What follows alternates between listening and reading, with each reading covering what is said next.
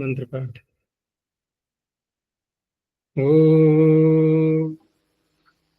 सहनावतु सहनौ भुनक्तु सह वीर्यं करवावहै तेजस्विनावधीतमस्तु मा विद्विषावहै। ओम शांति शांति शांति। प्रथमावृत्ति की 493वीं कक्षा, 8वें अध्याय के तीसरे पाद में हम लोग चल रहे हैं और उसके सूत्र हो चुके हैं 102 संख्या तक। पूछना है कुछ पीछे का?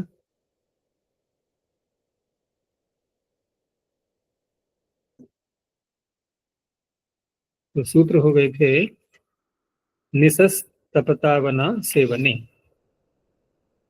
यहां तक का हमने देख लिया था। पीछे जो शब्द आया था ह्रस्वात् तादौ तद्धिते, यहां से तादौ अर्थात तकार आदि ये चल रहा था। आगे जो शब्द परे होंगे वो तकार आदि होने चाहिए। तो वो बात यहाँ अगले सूत्र में भी आ रही है कि युष्मत् तत् ततक्षुः श्वन्तः पादम, युष्मत् तत् ततक्षुः, ततक्षुषु सप्तमी बहुवचनांतम, अंतः पादम प्रथम एकवचनांतम। इसमें 3 शब्द हैं, युष्मत्, तत् और ततक्षु। ततक्षु को अनुकरण किया गया है निततक्षु, लिट लकार प्रथम पुरुष बहुवचन, ततक्ष ततक्षतु ततक्षु, उसी का अनुकरण करके सूत्र में पड़ा हुआ है। अब यहाँ पर तादु का संबंध जोड़ेंगे तो किसके साथ जुड़ेगा? तीनों के साथ या कुछ कम? क्या लग रहा है? देखो, तत् शब्द स्वयं तादी है। विशेषण कहाँ लगाते हैं? विशेषण कहाँ लगाते हैं? व्यभिचार हो गया। हाँ, जहां ऐसा हो सकता है व्यभिचार संभव और व्यभिचार। लेकिन यहाँ तो तत् स्वयं है तकारा दिए, ततक्षु भी तकारा दिए। युष्मत् शब्द एक ऐसा है जहां पर तकारादि से भिन्न शब्द भी युष्मद के रूपों में आ सकते हैं। उसके साथ में तादव जुड़ेगा युष्मद के साथ में। तो युष्मत में अगर तादव जोड़ेंगे तकारादि तो कौन कौन से रूप आ सकते हैं? युष्मत के ही देखना है, अस्मद के नहीं। पीछे हमने क्या देखा था, जहां भी युष्मद अस्मद आते हैं दोनों जोड़ा है इनका, यहाँ नहीं है जोड़ा। यहाँ अकेला युष्मद है। तो वो तादी वहीं आएंगे जहां पर कि हम आदेश करते हैं ना, उनको प्राय करके वो भी आ जाएंगे। और कौन कौन से आ सकते हैं?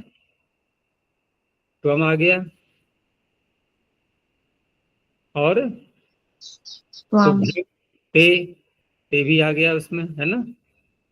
ऐसे ही तो तब, भी हम तब हाँ, इस प्रकार के शब्द यहाँ पर मिल सकते हैं। और फिर अंतः पादम कहा गया है तो उसमें ये भी है कि जो वेद में जहाँ पर पाद के मध्य में लिया जाएगा वो लेना है, तो वेद में ही इसके उदाहरण दिखते हैं। तो अंतः पादम, अंतः पादम जो है ये अभिभाव समास करेंगे यहाँ पर। अंतः जो है ये मध्य अर्थ में, इनके मध्य पादस्य, पाद के मध्य में। तो मध्य अर्थ को कहने के लिए अंतर शब्द को ले लिया, अंतः पादम। निमित्त वही रहेंगे तो सूत्र का अर्थ बनेगा इनको रुत्तरस्य सकारस्य मूर्धन्यादेशो भवति। कब? तकारादिषु युष्मत् तत् ततक्षुस् इत्येतेषु परतः। अंतः पादम यानी स चेत सकारः अंतः पादम भवति। पाद के अंत में न हो और पाद के प्रारंभ में भी न हो, बीच में कहीं भी आ जाए। और पादों की जो गणना है वो उसी प्रकार से जो पाद हम छंदों के देखते हैं तो उसको उसी रूप में लेना है। जैसे उदाहरण दिया इन्होंने, युष्मत का लिया पहले कि अग्निष्टम नाम आसीत, तो त्वम शब्द युष्मत का रूप है, ठीक है। और यहाँ पर अग्निष्टम, तो अग्निश शब्द, अग्नि ही प्रथमा का जो एक वचन है उसके आगे त्वम शब्द आ गया। अब यहाँ जो सकार है वो अग्निश का सकार है। प्रकरण क्या चल रहा था, पीछे से बताया था मैंने कि अपदांत से मूर्धन्य से अपदांत को लेके चल रहे थे हम, लेकिन यहाँ पर तो अपदांत नहीं है, ये तो पद के अंत में आ रहा है ना सकार। तो ये सारे जो सूत्र आ रहे हैं यहाँ पर, ये अपदांत के लिए ही इनका निर्माण किया गया है सूत्रों का। तो पूर्व पद जो यहाँ पर अग्निश है उसमें इण से उत्तर सकार आ गया, आगे युष्मद तकारादि युष्मद मिल रहा है, पाद के मध्य में है। तो त्वम से पूर्व जो सकार है उसको मूर्धन्य हो गया, और उसके मूर्धन्य होने से त्वम के तकार को भी स्नाष्टु से टकार हो जाएगा। अग्निष्टम नाम आसीत, ऐसे ही अग्निष्टवा वर्धयामसि, अग्निष्टे विश्वम आनय। और दिया तब शब्द का, अपस्वग्ने सधिष्टव, तो ये सधिस सधी का रूप है यहाँ पर, उसका भी सकार का मूर्धन्य हो गया। तद शब्द का अलग से ले लिया है, तो अग्निष्टद विश्वम आप प्रणाति। अब यहाँ पर तद शब्द हम जो अव्यय के रूप में आता है उसको भी ले सकते हैं, जो विभक्ति प्रतिरूपक निपात बोलते हैं जिसको, अथवा तत् जो रूप बनता है प्रथमा के एक वचन में नपुंसकलिंग में, उसको भी ले सकते हैं। तो अग्निष्टद विश्वम, तद तद जो दिख रहा है ये तद है, ये वो तो तकार को तो टकार फिर स्टू से करेंगे। ऐसे ही ततक्षु, तो द्यावा पृथ्वी निष्टतक्षु, परमात्मा ने द्यूलोक और पृथ्वी लोक का निर्माण किया, करता है। तो निस्ततक्षु ये लेना है उदाहरण। तो निस में यहाँ पर पद के अंत में, पदांत में जो सकार आ रहा है उसको प्राप्त नहीं था, इस सूत्र ने मूर्धन्य कर दिया उसको। आगे जो ततक्षु है तो स्नाष्टु लगा करके एक तकार को टकार हो जाएगा, बस दूसरा तो तकार ही रहेगा। तो निष्टतक्षु, ये हो गया अंतः पादम। अब पाद की जब बात की जाती है तो हम जैसे वेद मंत्रों के जो भाग करते हैं, तो कितने भाग करते हैं वेद मंत्रों के, कौन बताएगा? मंत्रों के भाग कितने प्रकार के होते हैं? तीन ही शब्द हैं उसके लिए, ऋक, यजुः और साम। अथर्व नहीं बोलते हैं भाग करते समय। और यहाँ तात्पर्य हुआ कि यत्रार्थ वशे न पाद व्यवस्था सा ऋक, ये मीमांसा बताता है। गीतिषु सामाख्या, अब सामाख्या जब साम शब्द से बोलेंगे तो वही उसमें भी ऋक ही होते हैं, लेकिन वो गेय होते हैं फिर, ठीक है ना। तो गीतिषु सामाख्या, लेकिन उसी के लिए, ऋक के लिए ही। शेष यजुः शब्द है, बस। इसलिए अंतः पादम जब बोला तो यजुष तो आ जाएगा ना इसमें, अब वो नहीं ग्रहण आएगा, उसका ग्रहण नहीं होगा यजुष का। अंतः पादम जब बोला तो यजुष में पाद नहीं होते, शेषे यजुः शब्द है ना, तो गद्यात्मक मंत्र कहलाते हैं वो। छंद तो वहां भी कहा जाएगा, लेकिन वो गद्यात्मक छंद होते हैं। गणना तो वहां भी होती है अक्षरों की, लेकिन उसमें भाग नहीं होते उसके अलग अलग, एक पाद का है, दो पाद का है, तीन पाद का है, ऐसे नहीं बोला जाता है। तो यजुष का ग्रहण नहीं हो रहा था, उसके लिए फिर अगला सूत्र बना दिया, यजुषी एकेशाम, यजुषी सप्तम एकवचनांतम एकेशाम षष्ठी बहुवचनांतम। तो एकेशाम आचार्याणाम मतेन, अर्थात कुछ आचार्य, एकेशाम आचार्याणाम मतेन यजुषी विषय तादिषु युष्मत् तत् ततक्षुषु परतः इणकोरोत्तरस्य सकारस्य मूर्धन्यादेशो भवति। अब यहाँ यजुर्वेद का जो मंत्र है उसमें अब यहाँ अंतःपादम की अनुवृत्ति नहीं लाएंगे, तो अर्चिभिस शब्द है। अर्चिभिस का तात्पर्य अर्चिस का रूप चलाते हुए अर्ची का और तृतीया का बहुवचन। तो जो भिस का सकार है उसको विसर्जनीय के स्थान पर उसके सकार जो हुआ है उस सकार को इसने मूर्धन्य किया है। ये भी पद के अंत में ही है, इसलिए अपदांतार्थ ये भी सूत्र हो गया, प्राप्त नहीं था आदेश प्रत्ययों से। तो अर्चिभिष्टम विकल्प करके हो जाएगा यहाँ पर एक शाम कहने से, तो अर्चिभिष्टम ऐसा भी मिल सकता है। अग्निष्टे अग्रम, अग्निस्ते अग्रम, अग्निष्टत, अग्निस्तत। इन्होंने उदाहरण ऐसे दे दिए, कहाँ के मंत्रों के खंड हैं ये, वो उसका अता पता नहीं दिया है कुछ भी, तो उसमें कोश में, वैदिक कोश में ढूंढना चाहो तो वहां मिल सकते हैं। ऐसे ही अर्चिभिष, ततक्षु और ततक्षु दोनों मिल जाएंगे। तो पीछे अंतःपादम कहा तो ऋक का ग्रहण हुआ, यजुष कह दिया तो यजुष का ग्रहण हो गया गद्यात्मक मंत्रों का। छंद जब बोलते हैं तो सभी का ग्रहण हो जाता है, ठीक है ना। वहां चाहे ऋक हो, चाहे साम हो, अथवा यजुष हो, क्योंकि छंद तीनों में होते हैं। मैंने कहा ना छंद तो रहेंगे ही वो, लेकिन पाद व्यवस्था जहां कहलाती है उसको कहते हैं ऋक, और जहां पाद व्यवस्था नहीं होती है उसे कहेंगे यजुष। और वही पाद व्यवस्था वाला ऋक वो गेय होता है तो साम बन जाता है। बस इतनी बात ध्यान रखना है। अभी आगे जब वेद पढ़ोगे तो ठीक है, वहां और बातें बहुत सी निकल के आएंगी फिर। तो अगला सूत्र पे छंद के लिए आ गया, ठीक है ना, क्रम से सभी आ गए। वहां के लिए केवल दो शब्द लिए गए हैं, स्तुत स्तोमयोश छंदसी। स्तोम का तो बहुत ही प्रयोग होता है, तो स्तुत स्तोमयो हो षष्ठी द्विवचनांतम छंदसी सप्तम एकवचनांतम।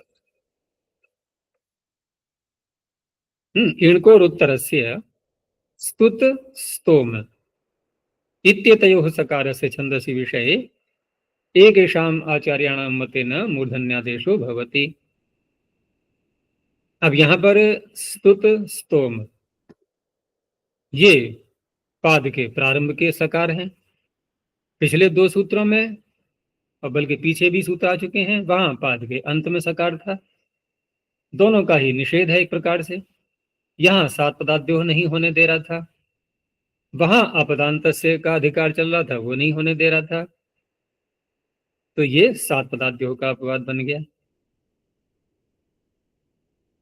पिछले सूत्रों में हमने परे रहते और सकार देखा था कहीं और, परे कुछ और था। यहां जो परे है उसी में सकार देखना है। तो त्रिभी ष्टुतस्य, अब यहां जो त्रिभी में हम जो निमित्त देखेंगे मूर्धन्य का, वो कौन सा है, कौन सा वर्ण है वो इकार है, ये वर्ण, लेकिन उसके आगे विसर्ग आ रहा है, तो विसर्ग का तो व्यवधान स्वीकार कर ही लिया गया है, नुम विसर्जनीय शर व्यवायपी। इसलिए इण से उत्तर विसर्जनीय, उससे उत्तर स्तुत का सकार, उसको मूर्धन्य हो गया, आगे स्टुनाष्टु लगा देंगे। तो त्रिभी स्तुतस्य, दूसरे पक्ष में त्रिभी स्तुतस्य। गोह स्तोमम, यह समास करके, समास करेंगे तो जैसे गो शब्द का षष्ठी में गोह ऐसा रूप बनता है।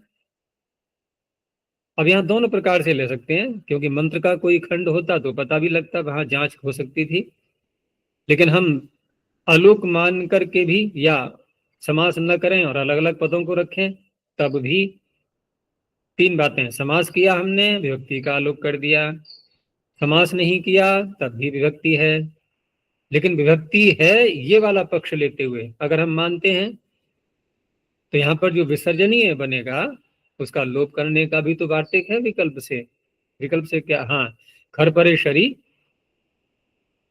खर परे शरी नहीं, खर परक शर, ऐसा ही तो है ये, देखो स्तोम शब्द, तो उससे लोप करके हम ऐसा बना सकते हैं गोष्टोमम, अथवा समास करके अंतर्वर्तनी व्यक्ति को हटा करके भी ऐसा बन सकता है। तीसरे से बिना समास के, समास के, दोनों प्रकार से ये शब्द बन सकता है। तो गोष्टोमम, गोस्तोमम, दोनों का उदाहरण दे दिया इन्होंने, स्तुत और स्तोम। यहां तक का जो है ये प्रकरण है, ये एक अलग कर दो इसको आप। अब आगे कुछ और बात कहना चाहते हैं। अगला सूत्र है पूर्व पदार्थ। पूर्व पदार्थ पंचम्य कुचनांतम।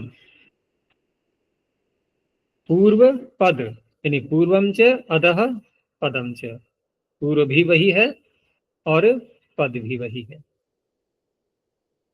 अर्थात इण और कवर्ग जो हमें देखना है वो देखना है पूर्व पद में विद्यमान, ठीक है ना, पूर्व पद में उसको देखना है। और आगे क्या परे होगा, तो आगे कुछ भी हो सकता है, लेकिन हमें सकार चाहिए केवल, ठीक है ना।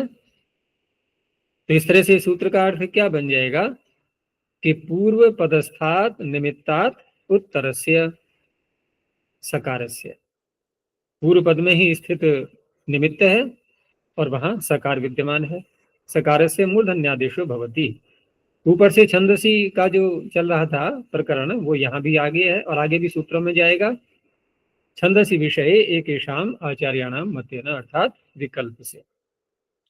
अब ये सूत्र बहुत व्यापक बन जाता है, क्योंकि विचार करके देखो कि इस सूत्र से जो अर्थ निकल रहा है उसके अंतर्गत कितने सारे उदाहरण आ सकते हैं इसमें। पूर्व पद में स्थित निमित्त अनेकत्र मिलेगा, लेकिन वहां एक शाम जो कह दिया है तो आवश्यक नहीं कि हम सर्वत्र मूर्धन्य देखना ही चाहें, नहीं भी मिल सकता है और मिल भी सकता है। हमें तो करना नहीं है, वो तो जैसा उपलब्ध होगा उस प्रकार से हम इस सूत्र को घटाएंगे।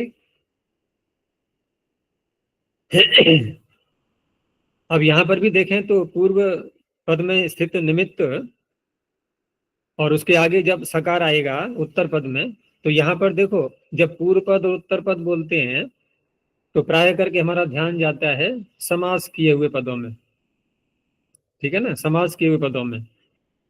लेकिन क्या ये सूत्र ऐसा कह रहा है कि समास अनिवार्य है? ये तो नहीं कह रहा है। हम बिना समास के भी तो पूर्व पद उत्तर पद का व्यवहार कर सकते हैं। अलग अलग व्यक्तियां हैं दोनों में, समास भी किया नहीं है, तो वहां पर भी ऐसा व्यवहार हो सकता है।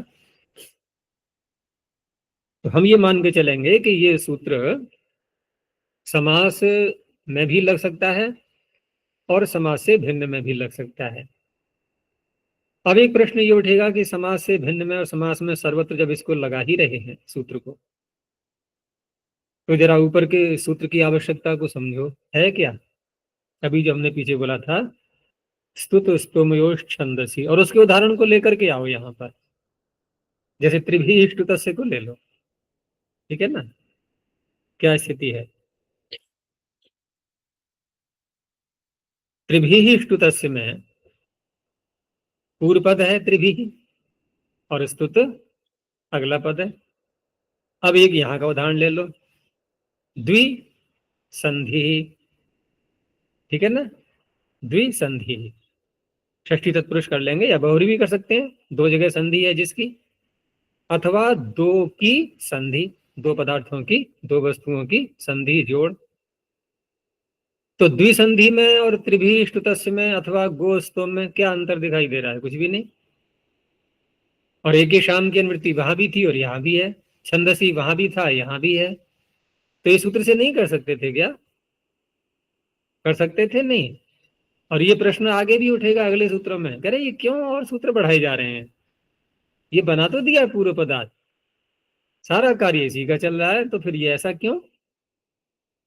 तो ये शैली हम पीछे भी देख चुके हैं कि पाणिनि एक व्यापक सूत्र भी बना देते हैं और फिर प्रपंच के लिए अन्य सूत्र बना करके उसका एक प्रपंच करते हैं, अर्थात विस्तार भी कर देते हैं, ठीक है ना, विस्तार भी ऐसा पीछे भी देखने में आया। तो पिछला सूत्र और आगे भी कुछ सूत्र आएंगे, ये सब पूर्व पदार्थ के प्रपंच हैं, ठीक है ना। ये इसका समाधान है, नहीं तो ये प्रश्न बना रहेगा कि अन्य सूत्रों की फिर आवश्यकता रह कहाँ गई, ये सूत्र अपने में पर्याप्त है अकेला ही। अब उदाहरण देख लो इसके, द्विसंधि ही त्रिसंधि, पूर्व पद द्वि और त्रि हो गए, और उसमें निमित्त विद्यमान है इण, उससे उत्तर संधि के सकार को मूर्धन्य हो गया, द्विसंधि ही त्रिसंधि ही। ऐसे ही मधुष्ठानम, यहाँ भी षष्ठी समास हो जाएगा, मधु का स्थान, जैसे जो मधुमक्खियों का छत्ता होता है, लेकिन ये तो वैदिक शब्द हैं, वहां क्या अर्थ लेना है वहीं पर घटेगा। ऐसे ही द्विसहस्रम, अब द्विसहस्रम में क्योंकि आदि अच को वृद्धि भी हो रही है, तो वहां पर फिर हमें कोई तद्धित प्रत्यय लाना होगा।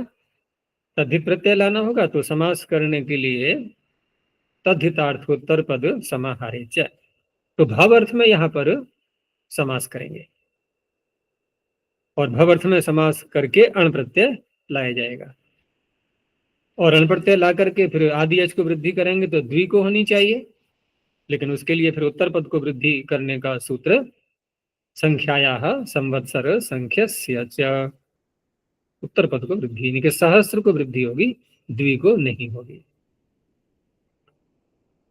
तो द्विसहस्रम, स को श हो गया, द्विसहस्रम।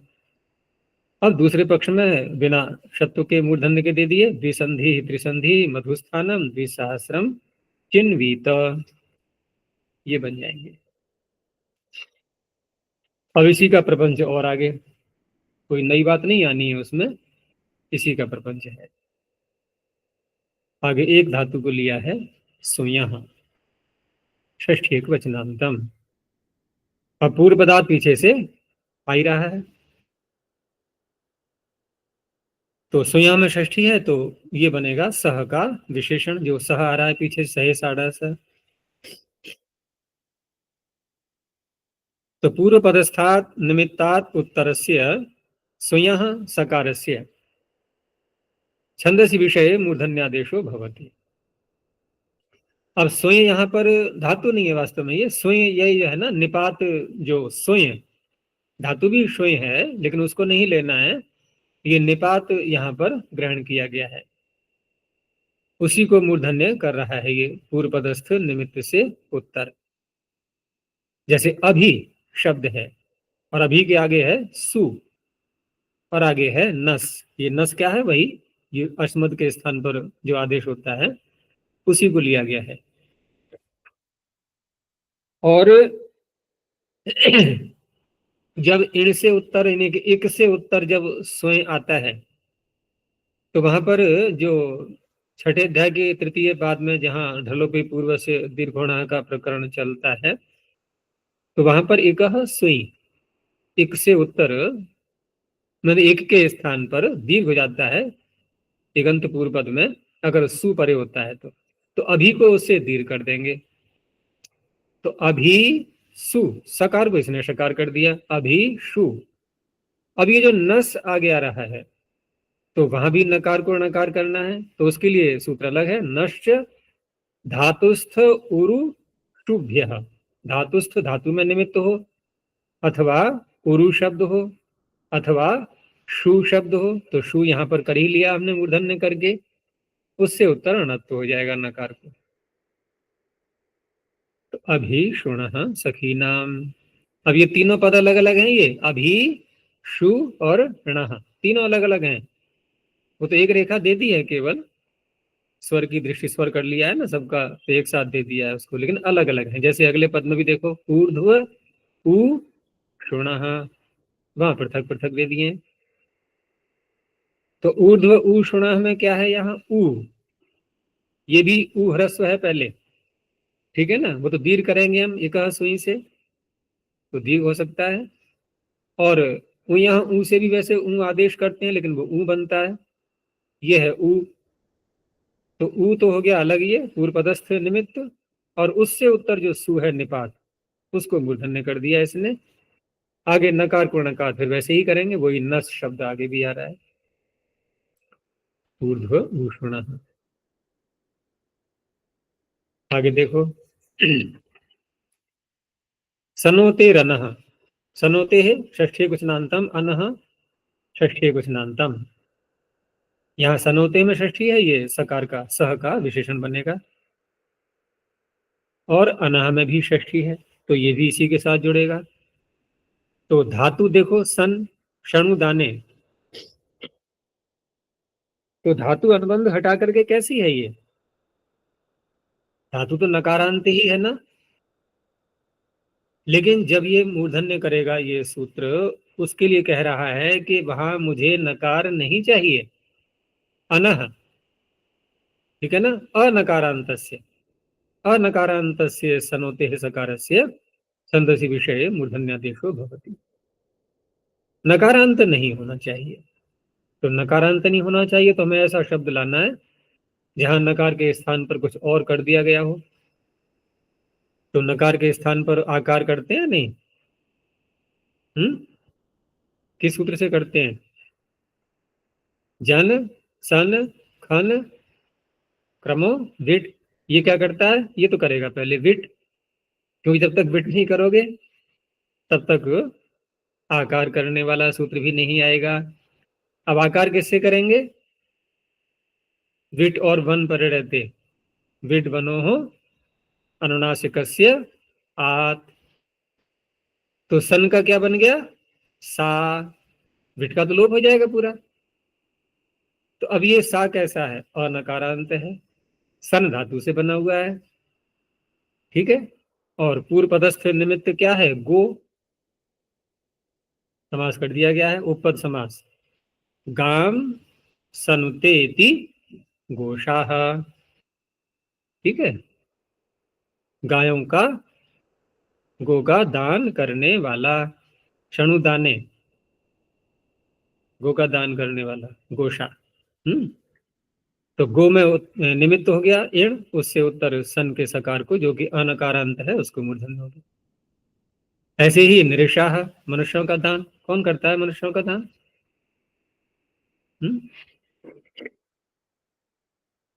मनुष्यों का दान कैसे होता है? हैं? देखो, मनुष्य को मनुष्य बनाना भी मनुष्य का दान है। मनुर्भव जनया दैव्यम जन्म, तो ये भी तो दान ही हो गया ना। और जब सेना में सैनिकों को भेजते हैं परिवार वाले, तो वो राष्ट्र के लिए दान करते हैं ना अपनी संतान का। है, ये भी दान है।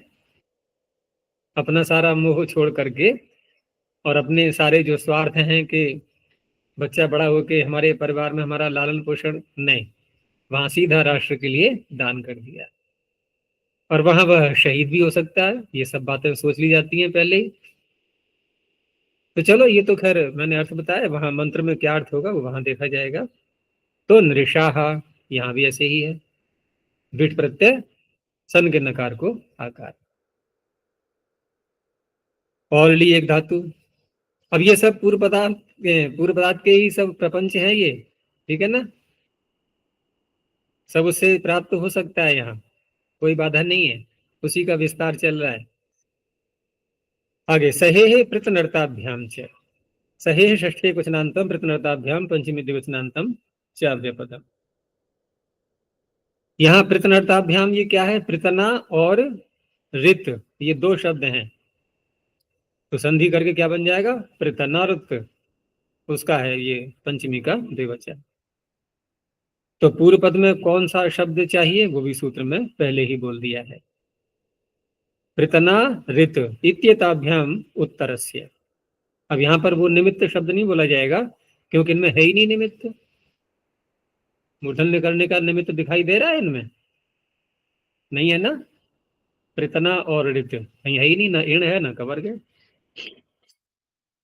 इसीलिए ग्रहण करना पड़ा है सूत्र में। तो प्रतना ऋत इत्येताभ्याम उत्तरस्य सहेह सकारस्य छंदसि विषये मूर्धन्यादेशो भवति। प्रतना किसे कहते हैं? सुना है कभी? प्रतना कहते हैं सेना। और भी कुछ अर्थ हैं इसके, लेकिन सेना प्रसिद्ध अर्थ है इसका। तो सेना को जो सहन, युद्ध भी अर्थ है इसका, युद्ध में भी आता है भाई। सेना और युद्ध एक मिले जुले शब्द है ना आपस में, सेना युद्ध ही तो करती है। तो जो युद्ध को सहन कर लेता है, कहने का तात्पर्य जो युद्ध में पीठ दिखा के भागता नहीं है, उसका सामना करता है, उसे कहते हैं पृतना साह। मूल शब्द बनेगा पृतना साह। जब उसका रूप चलाएंगे तो पृतना साठ, पृतना साहु, पृतना साह, पृतना साहम, ये द्वितीया का बनेगा। ये जो उदाहरण दिया है ना, ऋताशाहम पृतनाशाहम, ये द्वितीया के एक वचन हैं दोनों। तो यहाँ पर पृतना शब्द पूर्व रहते हुए उपपद समास करेंगे, छंदसी सह से अण्वी प्रत्यय करते हुए। ठीक है ना। और ऋत शब्द से भी ऐसे ही अण्वी प्रत्यय करेंगे और वृद्धि भी हो जाएगी अण्वी प्रत्यय करने से सह धातु को। तो सह का साह बन जाएगा, अण्वी का कुछ बचेगा है नहीं, तो लोप हो जाना है। पृतना तो स्वयं ही दीर्घ है, ऋत को दीर्घ करना पड़ेगा अन्य शामपी दृश्यते से। तो इस प्रकार से यहाँ पृतना से और ऋत से उत्तर सह धातु के सकार को मूर्धन्य हो गया। पृतना शाहम ऋता शाहम। अब यहां से निषेध प्रारंभ चल रहा है, ठीक है ना। और ये पाद के अंत तक, अब तक हम शत्व करते आ रहे थे, अब शत्व को हमें रोकना है, क्योंकि करते करते थक चुके हैं अब। ठीक है ना। अब रुकावट डालो सब में एक एक करके। और इसी रुकावट के अंतर्गत आ रहा है जो प्रमुख सूत्र है, सात पदाद्य हो, है, जिसके गुणगान अब तक करते चले आ रहे हैं हम लोग। तो ये है निषेध का प्रकरण यहाँ पर, न रपर सृपि सृजि सृषि स्पृहि सवना धीना। अब निषेध करने वाले सूत्र तभी लगते हैं जब कोई सूत्र प्राप्ति करा रहा हो। तो हमें अब ध्यान केवल ये रखना है कि यहाँ इससे प्राप्त था, यहाँ इससे प्राप्त था। अगर ये हमें ध्यान नहीं है तो सूत्र पढ़ना ही बेकार है। फिर तो निषेध कर किसका रहे हैं, प्राप्ति का पता होना चाहिए। तो न व्यपदम रपर सृपि सृजि स्पृशि स्पृहि सवना दीनाम षष्ठी बहुवचनांत। इसमें कुछ तो धातुएं पड़ी हैं और एक शब्द अंत में दिया है सवनादि। सवनादि को आकृति गण माना गया है। तो अब उससे ये भी है कि जहां जहां भी ऐसा दिखाई दे कि पूर्व पदार्थ सूत्र सत्व करने के लिए बैठा हुआ है या अन्य किसी सूत्र से प्राप्त हो रहा है और वहां सत्व है नहीं, मूर्धन्य है नहीं, तो हम क्या कहेंगे कि सब नादिगण में होने से नहीं हुआ। पूर्व पदार्थ में तो हम ये भी कह सकते हैं कि वहां एक ही शाम की अनुवृत्ति आ रही है, तो वहां दोनों बातें हैं, हो भी सकता है नहीं भी हो सकता है। लेकिन नाम लेकर के कहीं प्राप्त कराया जा रहा है और फिर भी नहीं हो रहा है, तो सबनाधिगण में है वो।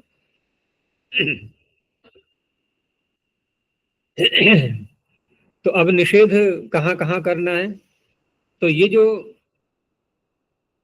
हम निमित्त देख रहे हैं कि निमित्त होना चाहिए इण और कवर्ग, ये कहाँ देखेंगे हम, तो ये तो पूर्व पद में देखेंगे। ठीक है ना। और जहां जहां नहीं प्राप्त हो रहा है वो गिनती इसमें यहां कर दी गई है। तो सबसे अधिक जो व्यापक शब्द है वो है इसमें रपर, क्योंकि रह परह यस्मात्, रेफ परे है जिसके, किसके, तो सही साढ़े सहसा आ रहा है ना सकार, क्योंकि मूर्धन्य जिसको प्राप्त हो रहा है वो सकार है।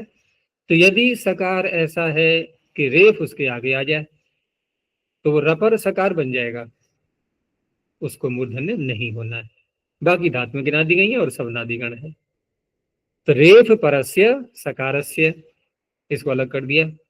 फिर सृपि सृजि स्पृशि स्पृहि इत्येतेषां सवनादीनां च सकारस्य मूर्धन्यो न भवति।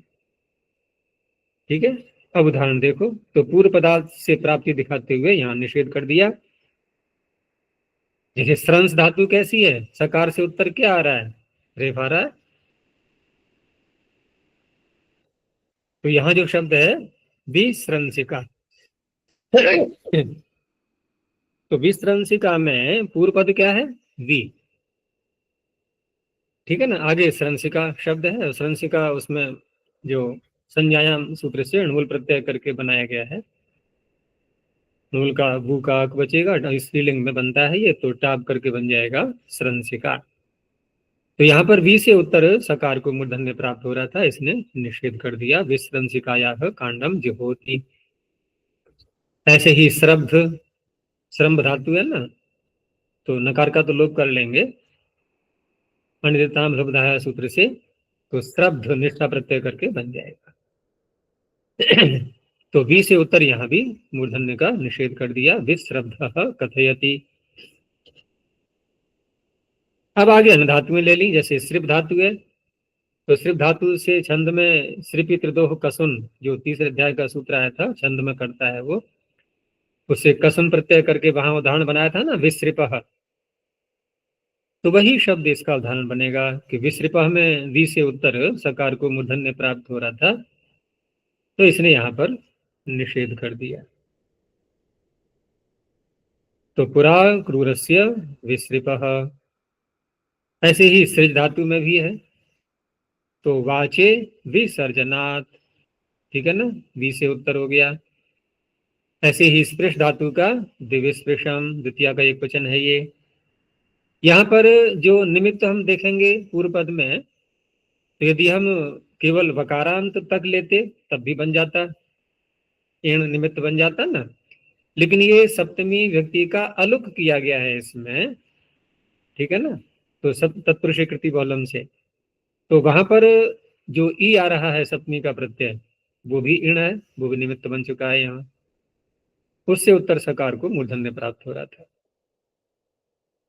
ऐसे ही स्पृह में तो नी पूर्वक, यहाँ नी में निमित्त बैठा हुआ है, निस्पृहम कथयति, सबनादि का दे दिया है सबने सबने, तो दो बार बोला है, तो जो पूर्व सबने है, पूर्व पदस्थ निमित्त भी है उसमें इण न में एकार, उससे उत्तर सबने में सकार को मूर्धन्य प्राप्त हो रहा था, अगले वाले को, सबने सबने, सूते सूते, सोमे सोमे, इस तरह के उदाहरण मिलते हैं इसमें।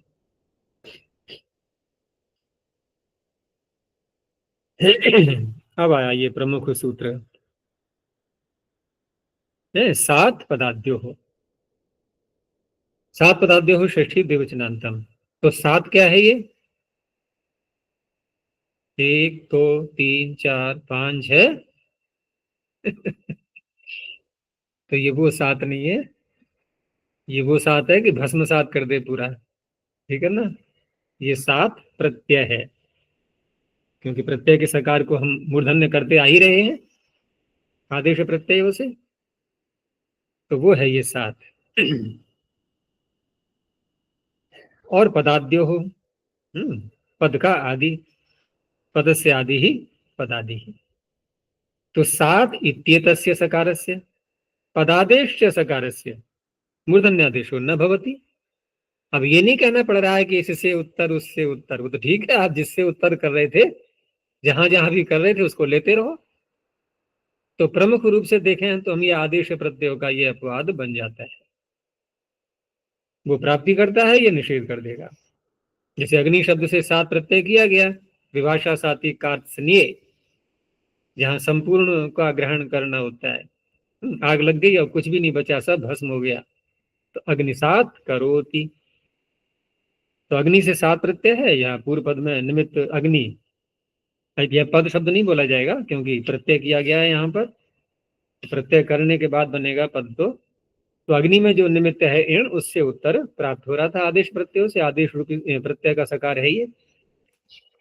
ऐसे ही दधि सात, मधु सात, औषधि में मधु मिलाते हैं ना, या मधु में औषधि कह लो, तो वहां भी देखो ना, पूरी औषधि में मधु आ जाता है, मधुमय। ऐसे ही पदादि के उदाहरण में, अब ये अलग अलग पद दोनों बोले गए, दधि और सिंचती, मधु सिंचती, ठीक है ना।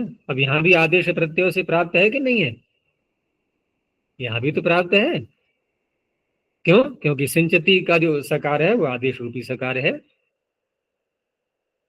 तो ये भी निषेध कर दिया गया। अब ये सूत्र ध्यान न रहे तो दधि सिंचती में प्रश्न ही बना रहेगा कि आदेश प्रत्ययों से यहाँ पर मूर्धन्य क्यों नहीं हो रहा है। तो ये तो हो गया प्रमुख सूत्र निषेध करने का। अब आगे यहाँ पर अन्य स्थितियों में वहां जो प्राप्ति हो रही होगी, तो उसमें कुछ धातुएं, कौन सा प्रत्यय, ये साथ में उनके जोड़ते हुए विशेषण, वो निषेध करने वाले सूत्र आ रहे हैं।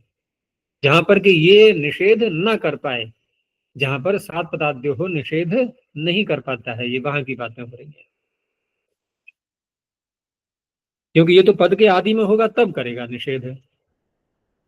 अब अगले उदाहरण में देखो, वहां पद का आदि बन ही नहीं पा रहा है। जैसे सिचो यंगी, तो सिचह षष्ठे क्वचनांतम, यंगी सप्तमे क्वचनांतम। अब यंगी साथ में बोल दिया है, तो हमें सिच धातु का उदाहरण ऐसा लेना है जहां कि हमने यंग प्रत्यय कर लिया हो। ठीक है ना, बार बार सिंचन करने अर्थ में यंग प्रत्यय कर लेंगे। तो यंग प्रत्यय करके बनाओ इसको, धातु शिच क्षरणे है ना, नहीं, हाँ यही है।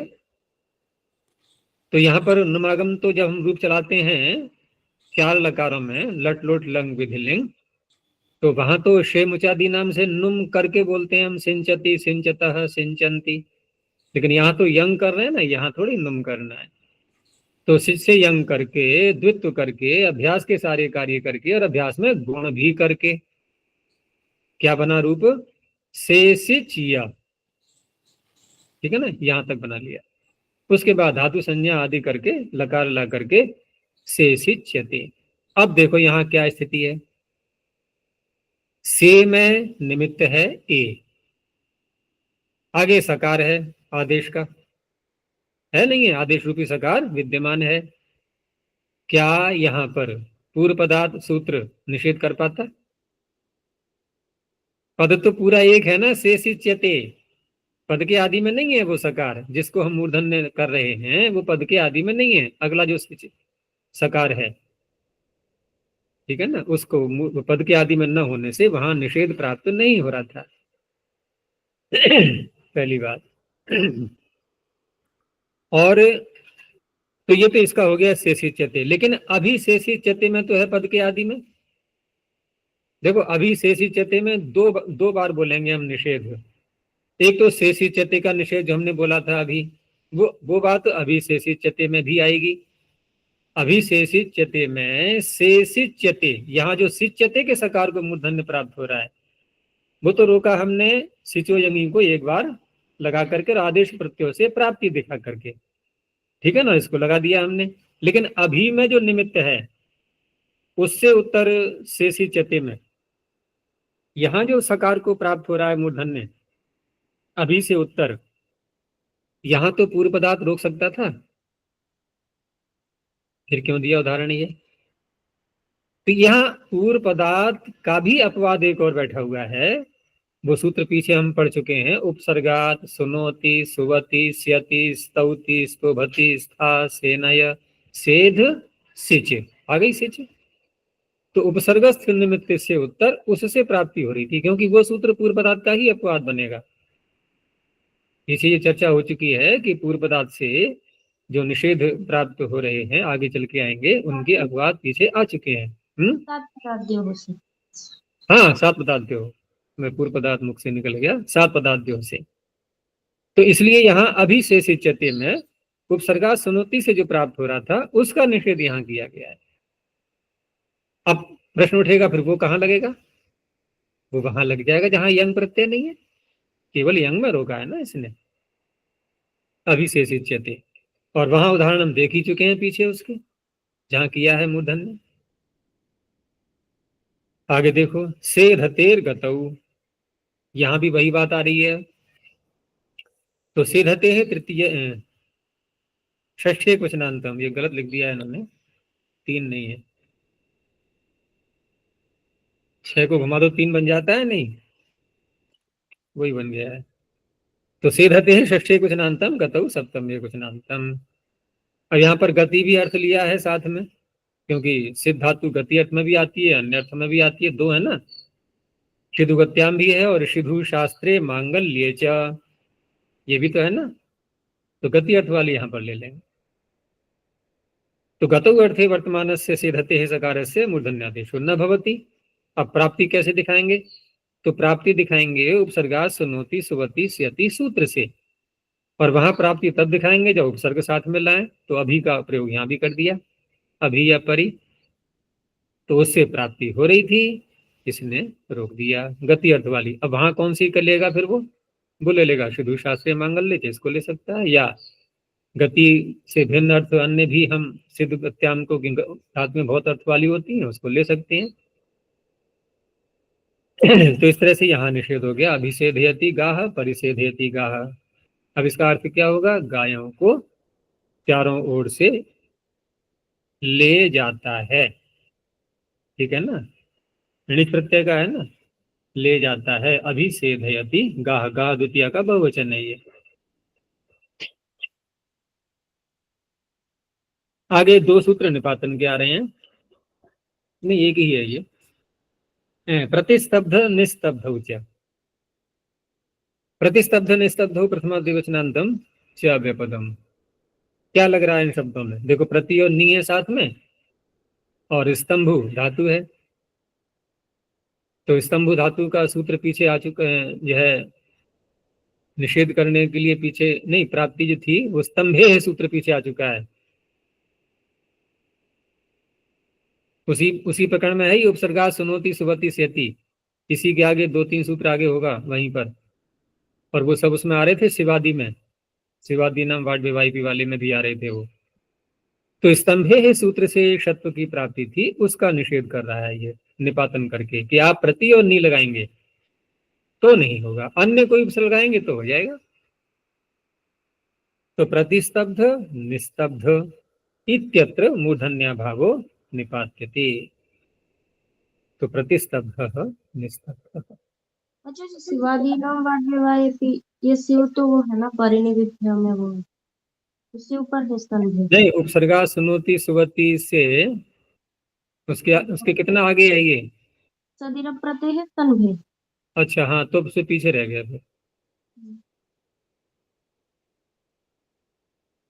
उससे पीछे रह गया है। तो स्तंभे से शब्द की प्राप्ति थी, ठीक है। तो इन दो उपसर्गों के साथ में जोड़ेंगे तो नहीं होगा, और निष्ठा प्रत्यय के बनाया है तो वो तो बना ही लोगे। झषस तथोर धोधा आदि लगाते हुए, जलाम जश झसी ये सब लगा करके प्रतिस्तब्ध निस्तब्ध ये बन जाएंगे। सोढ़ षष्ठे कुछ नान्तम, ये कैसे बन गया, सोढ़ शब्द का, सोढ़ शब्द का क्या बनेगा रूप, सोढ़स्य। षष्ठी का क्या बनेगा, सोढ़स्य या नहीं। तो इन्होंने क्या किया, इनका कहना यह है कि जहां आप देखो, यहाँ दो तरह से हम कर सकते हैं। मैंने बोला था अभी जो प्रश्न उठाया था, निष्ठांत बना करके सोढ़ बनता है ना निष्ठा प्रत्यय करके, और उसका यदि हम षष्ठी बनाते हैं तो सोढ़स्य बनना चाहिए।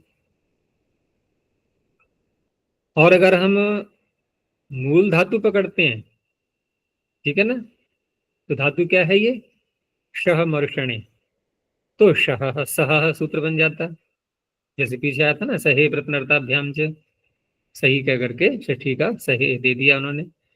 तो ऐसा भी नहीं है ये,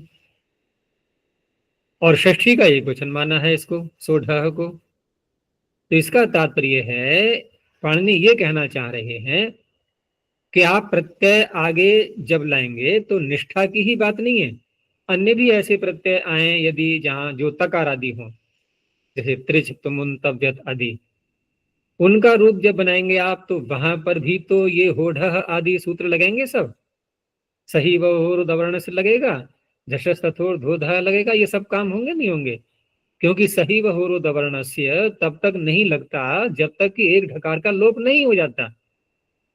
और एक ढकार का लोप होना है, इसका तात्पर्य है कि हम प्रत्यय ला चुके हैं, झषस तथोर धोधा लगा चुके हैं, इष्टनाष्टु लगा चुके हैं, तब धोढ़े लोपा भी लगा चुके हैं, ये सारे कार्य कर चुके हैं। तो पाणिनि कहना चाह रहे हैं कि जहां ऐसी स्थिति बनेगी कि जहां ढकार को ढकार हो जाएगा, उसका ग्रहण करना है। अगर इन निष्ठांत को ले लेंगे तो त्रिस्तमुन तव्यत आ पाएंगे, नहीं आ पाएंगे। तो इन्होंने सोढ़ इतना हलंत मान करके आगे प्रत्यय कुछ भी ला सकते हो, छूट दे दी उसकी, लेकिन सोढ़ कह करके एक शर्त ये भी साथ में है कि प्रत्यय ऐसा आना चाहिए कि जहां पर हकार को ढकार भी हो पाए, वो तभी आएगा जब तकार आदि प्रत्यय आगे होगा। तो ये इसलिए सोढ़ षष्ठी का एक वचन माना गया है, सोढ़ हलंत मान करके सोढ़। तो सोढ़ इत्यस्य सकारस्य मूर्धन्यादेशो न भवति, नहीं होता, प्राप्ति जिससे भी हो रही हो। तो उपसर्ग लगा करके परि जब बोलेंगे तो परिनिभ्य सेव सित सय शिव सह, आ गया ना, सह सुट स्तु स्वंज्ञा, तो सह वहां पड़ा हुआ है। तो परि नी और बी से उत्तर प्राप्त हो रहा था, तो निषेध भी तो इन्हीं उपसर्गों से करेंगे। तो परि का उदाहरण मिल गया। तो परिसोढ़ा परिसोढ़ुम परिसोढ़व्यम, यहाँ पूर्व सूत्र से प्राप्ति हो रही थी, परिनिभ्य सेवसित सूत्र से, इसने निषेध कर दिया।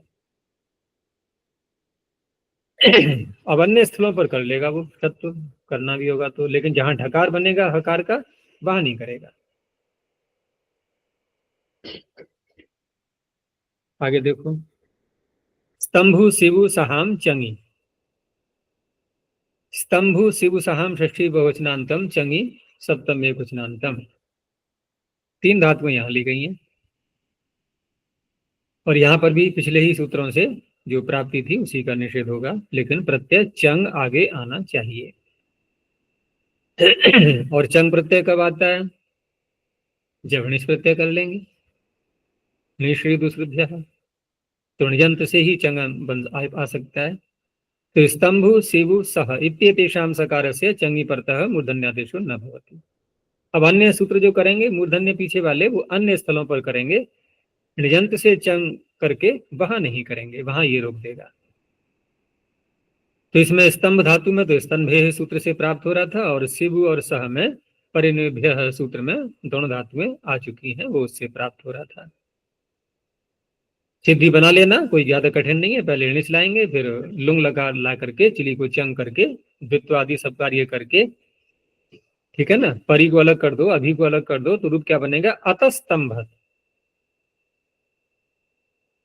अब अतस्तंभत में जो परी में निमित्त है उससे उत्तर, तो उससे उत्तर तो अभ्यास आ रहा है, उससे उत्तर तो अभ्यास आ रहा है ना, तो कैसे करेंगे? तो अभ्यास पिछले सूत्र पर जाना है, हमें पिछले सूत्र पर जाना है, जैसे प्राप्ति दिखा रहे हैं वहां है ना, स्थादिशु अभ्यास न चाभ्यासस्य, अभ्यास का व्यवधान होने पर भी तो प्राप्त हो रहा था ना, उसको भी रोक दिया इसने। तो इस तरह से अतस्तंभत में किसको प्राप्त हो रहा था? अतस, इस सकार को, परी से उत्तर, अभ्यास का व्यवधान और अट का व्यवधान।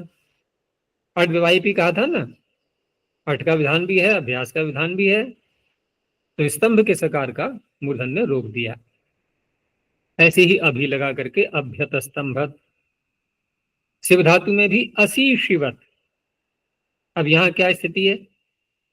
असी शिवत में, असी शिवत, ठीक है ना, नी और परी पीछे हैं इसके। तो यहां पर असी शिवत में परी जो निमित्त है उससे उत्तर वो अट का व्यवधान होने पर, अट का व्यवधान होने पर जो मूर्धन्य प्राप्त हो रहा था, ठीक है ना, उसको रोक दिया गया। लेकिन अगले वाले को हो जाएगा, अगले वाले को क्यों हो जाएगा? कि वहां विकल्प किया गया ना, शिवादीनाम वा अट व्यवायिपी, तो विकल्प से है वहां पर अट का विधान होने पर। तो एक पक्ष में यहां पर अभ्यास से उपसर्ग से उत्तर अभ्यास को तो नहीं हुआ, लेकिन अभ्यास के विधान होने पर अगले वाले का वो वहां पर हो चुका है। ऐसे ही न्यसी शिवत में, और ठीक इसी प्रकार से सहधातु में भी असी शहत। आचार्य अभ्यास का व्यवधान इसमें इसी से वहीं तक है ना, परिनिभ्य सेव तक है।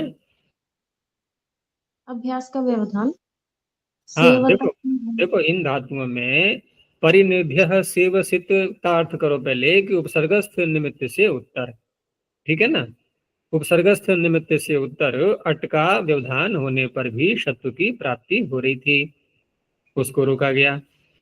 और उपसर्ग से उत्तर, उपसर्ग से उत्तर अभ्यास, एक तो अभ्यास का सकार यदि कहीं पर है, जैसे परियत स्तंभत में नहीं था, परियत स्तंभत में अभ्यास में सकार नहीं था, लेकिन इन दोनों में तो है, परियसी शिवत और न्यसी शिवत में, और परियसी शहत न्यसी शहत में, यहाँ तो अभ्यास में सकार है।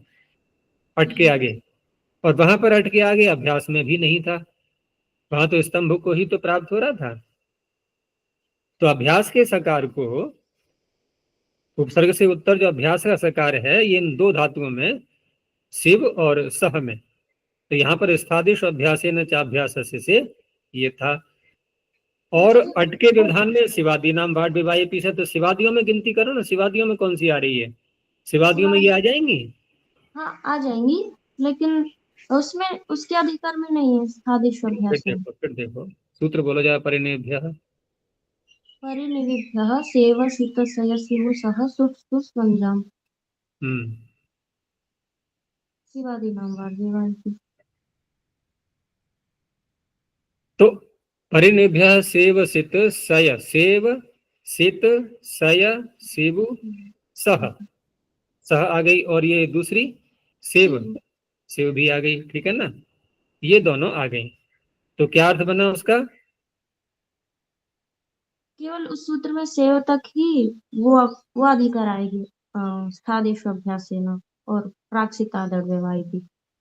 और शिवो से लेकर आगे शिवादीनां वाड व्यवायति। हाँ, तो शिवादी नाम वार्ड विवाहिपी में अटके व्यवधान में शत्रु की प्राप्ति हो रही थी, ठीक है। जी। एक तो उसको रोका गया, किसमें, और किसमें रोका गया, अटकी अभ्यास से उत्तर, अभ्यास से उत्तर, तो यहाँ पर नहीं, अटके विधान में, शिवादी नाम वार्ड विवाहिपी से अटके व्यवधान में प्राप्त हो रहा था। और स्थादिश अभ्यास न चाभ्यास से, इस सूत्र को हम कहाँ तक ले जाएंगे, केवल सेव तक। सेव तक ले जाएंगे ना, जी। सेव से प्राक सितार, इनके सित से पहले पहले तक, तो सेव से, तो सेव उसमें आ रहा है, सेव उसमें आ रहा है। स्थादिश अभ्यास से न चाभ्यास से वो केवल स्तंभ धातु के लिए ही हो सकेगा। हम्म तो प्रश्न ये है कि सकार इनके सेव तक आ रहा है, उसका ग्रहण हो रहा है, तो परिय शीर्षिवत में अभ्यास का अट से उत्तर तो रोक दिया, जो मूर्धन्य प्राप्त हो रहा है, ठीक है ना, और अभ्यास से उत्तर जो प्राप्त हो रहा है उसको ये नहीं ले रहा है, क्योंकि इसका ये तो चरितार्थ हो गया, इसमें ये चरितार्थ हो गया अभ्यास के शत्रु को रोक करके। और अगले वाले भाग में जो है अभ्यास से उत्तर, तो वहां पर स्थादिशु अभ्यासेन च अभ्यासस्य, वो नहीं आएगा ना, चाहिए। हाँ, क्योंकि वहां पर अटका भी तो विधान आ रहा है ना बीच में, केवल अभ्यास की बात थोड़ी हो रही है।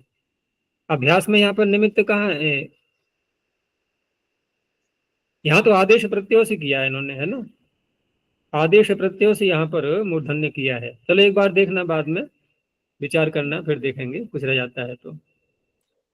ऐसे ही सहधातु में पर्यशीष और न्यशीष, स्तंभ में तो ठीक है, वहां तो अभ्यास में कोई निमित्त है ही नहीं विद्यमान, वो तो उससे उत्तर अभ्यास का विधान होने पर भी जो प्राप्त हो रहा था उसको रोका है।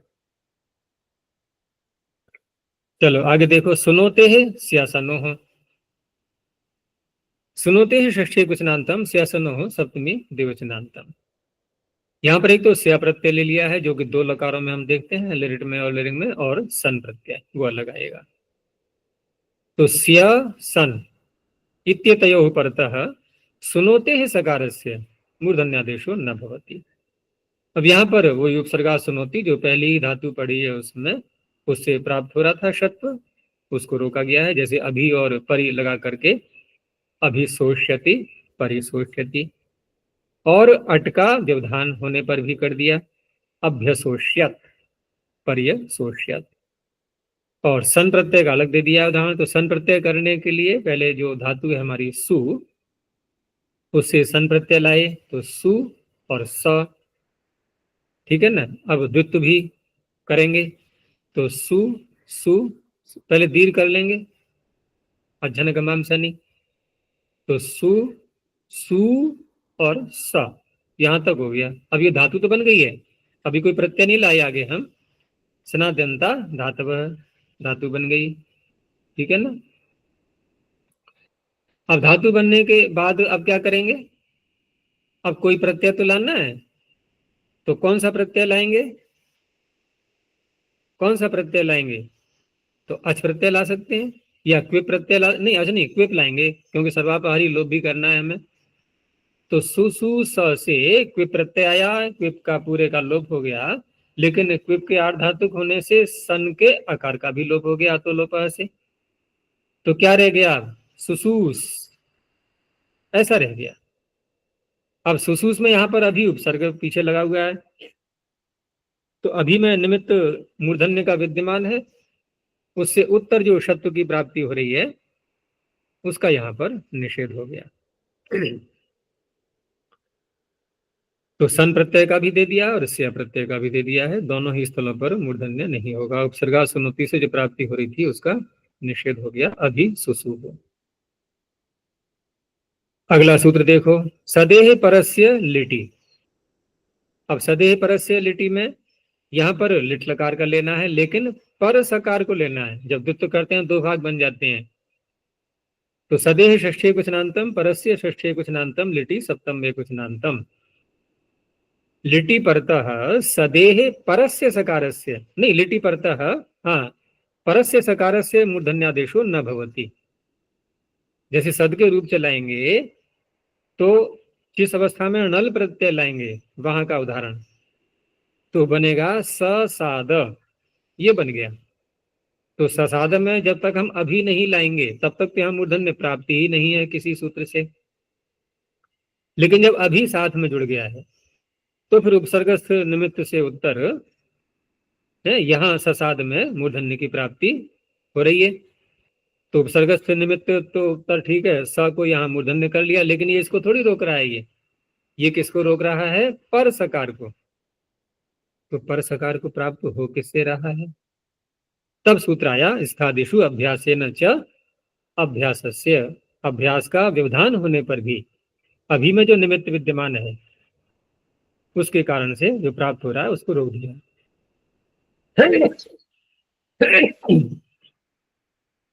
तो एक सकार को तो हो गया मूर्धन्य पहले वाले को, क्योंकि उसको इसने नहीं रोका, इसने रोका परस्य सकारस्य। तो षसाद, परिषसाद, निषसाद, विषसाद, ये सारे बन जाएंगे।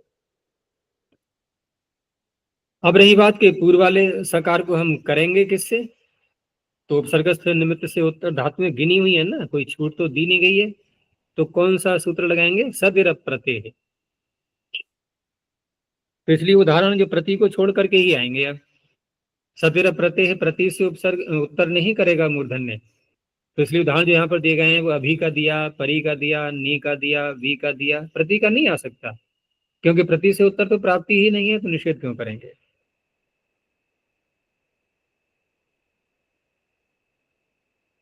चलो इस पाद का अंतिम सूत्र देखो अब, निव्यभिभ्योऽव्यवाय छंदसि, निव्यभिभ्यः पंचमी बहुवचनांतम, अड व्यवाये सप्तम एकवचनांतम, वा व्यपदम छंदसि सप्तम एकवचनांतम। इसमें कितने उपसर्ग हैं, नि वि अभि, ठीक है ना, निव्यभि, और उसका पंचमी में निव्यभिभ्यः। तो इनमें सब में देखो निमित्त विद्यमान है मूर्धन्य का, इण, तो नि वि अभि इत्येतेभ्यः उपसर्गेभ्यः उत्तरस्य सकारस्य। अब सकार किन धातुओं का लेना है हमें, वो नहीं कहा है इसमें, वो कोई सा भी सकार जो पीछे जिन सूत्रों से प्राप्ति दिखाई गई है उन सब धातुओं को यहाँ पर ग्रहण कर लेंगे। तो सकारस्य अड व्यवाये छंदसी विषय विकल्पेन मूर्धन्यादेशो न भवति, और पीछे क्या क्या था कि अट का विधान होने पर मूर्धन्य हो जाता है। ये कहता है आप करो तो, लेकिन विकल्प से करना, तो नहीं भी हो सकता है, हो भी सकता है। जैसे रूप है असीदत, तो असीदत में यहां अट आ चुका है, उपसर्ग है नी, तो नी में निमित्त विद्यमान है, और अट का व्यवधान होने पर भी मूर्धन्य पीछे किया गया था, लेकिन इसने कर दिया विकल्प। तो सद धातु में किससे प्राप्त हो रहा था? सदेर प्रत्यय, वही जो पीछे बोला था अभी। तो न्यशीदत, व्यशीदत और न्यसीदत व्यसीदत ये भी बन जाएंगे। ठीक है ना। एक और दिखा दिया है व्यष्टौत, तो वी अस्तौत, व्यष्टौत, तो वी अस्तौत, यहां तो मूर्धन्य कर दिया गया है, और नहीं करेंगे तो व्यस्तौत, यहां भी अट का विधान आ रहा है। ऐसे ही अभी अभ्यस्तौत, देखो वो तो हो गया असीदत, कौन से लकार का हो गया? लंग लकार। और अस्तौत, अस्तौत किसका हो गया फिर? ये भी लंग लकार। अच्छा, दोनों लंग लकार की है ना। कितना अच्छा लग रहा है लंग। दोनों में वही लगा दिया। देखो धातु क्या है, मूल पकड़ो पहले। मूल धातु बोलो एक बार। तो इस तो नहीं, जिसका उदाहरण है ये मूल धातु बोलो ना। शतलिरी, मूल धातु क्या है? शतलिरी, लिरी लगा हुआ है, और लिरी लगता है तो क्या परिणाम निकलता है उसका, कौन से लकार में जाकर के? लुंग में। उषादि, द्योतादि। उपाधि दृष्टा परस्मै से। तो कौन सा लकार चाहिए? लुंग। लुंग। अब वो हुआ क्या कि वो आ दिख रहा है ना, द में आ, ये शब का आ है, शब का आ नहीं है ये अंग का आ है। उषादि द्वादि चिली के स्थान पर जो अंग हुआ है, लेकिन वहां सीध आदेश कैसे बनेगा? वो भी नहीं बनी बात। शतलिरी को सी करना है ना, नहीं बनेगा तो लंग का ही। और नहीं, ठीक है, वो लंका हो गया, ये स्तु धातु, धातु भी तो बदल गई ना, ये धातु बदल चुकी है। अच्छा, वहां पर बनाएंगे यदि हम लुंग लकार में, तो क्या बनेगा वहां पर? फिर क्या बनेगा? असदत, असीदत नहीं बनेगा, ठीक है ना। असीदत यदि बना है तब तो लंका ही होगा। तो न्यशीदत, व्यशीदत और न्यसीदत व्यसीदत, ये स्तु धातु का है। अब स्तु का बनाएंगे हम लंग लकार में, तो ये क्योंकि अदादी गण की है, अदादी गण में तो शब्द का लुक हो जाता है, तो लुक होने से अस्तौत, और वी लगा दिया तो व्यष्टौत, अभ्यष्टौत। बिना उपसर्ग लगाए तो देखो मूर्धन्य प्राप्ति ही नहीं है, ठीक है ना। बिना उपसर्ग का उदाहरण तो दे ही नहीं पाएंगे, और सूत्र भी यही कह रहा है कि नी, वी और अभी ये होने चाहिए। तो इस तरह से इन तीन उपसर्गों के साथ में यहाँ विकल्प किया गया है। अन्य कोई लगाएंगे उपसर्ग, तो वहां पर फिर सदिर प्रत्यय सूत्र से नित्य ही क्षत्व करेंगे सद धातु में, और स्तु धातु में उपसर्गा सुनोति सुगति इस सूत्र से करेंगे। दोनों के अलग अलग सूत्र हैं। तो इस तरह से जो प्रकरण हमारा प्रारंभ हुआ था, कहाँ से और कौन सा प्रकरण, कौन सा प्रकरण और कहाँ से? अपदान्तस्य मूर्धन्य। ठीक है, क्या प्रकरण चल रहा था? मूर्धन्य का। और मूर्धन्य हमने सकार का भी किया था, ये ज्यादा व्यापक रहा, और एक जगह धकार को भी किया था, इणा शीध्वम, तो वो तो बेचारा छुप गया नए पथ्य में, वो छोटा ही प्रकरण था। लेकिन सकार का शकार ये बहुत लंबा प्रकरण चला है, यहाँ पर आकर के समाप्त हो गया। अब नकार के णकार का चलेगा ये अंतिम पाद में। ठीक है, यहीं तक रखते हैं। प्रणव ध्वनि। ओ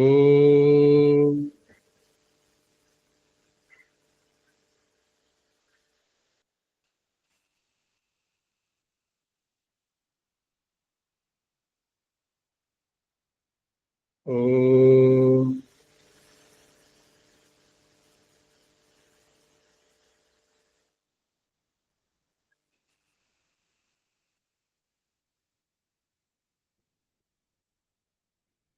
ओ